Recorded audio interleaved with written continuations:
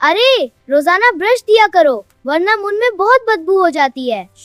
मेरे प्यारे भाई, सफाई निस्फ ईमान है। यहाँ भी सफाई किया करो, ये सबके सामने आ जाता है।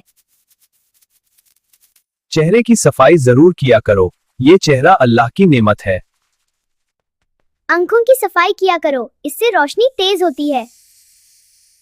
ये चेहरा अल्लाह की नेमत है, इसको संवरना जरूरी है।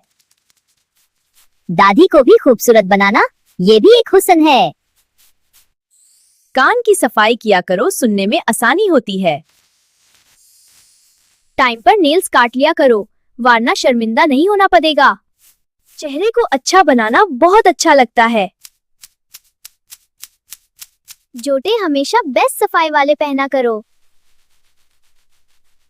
सुरमा लगाना आंखों की रोशनी को तेज करता है। हमेशा वाजू में रहा करो, बहुत ज्यादा सवाब मिलता है। हमेशा वाजू में रहा करो, बहुत ज्यादा सवाब मिलता है।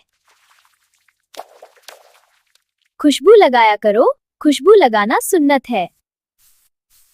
खाना खाने से पहले हाथ धोना गुनाहों को मिटाता है।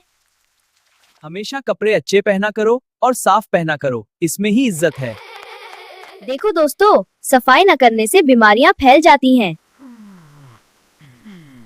हमारी आज की वीडियो सफाई के बारे में ऐसी लगी, कमेंट करके जरूर बताएं। शुक्रिया।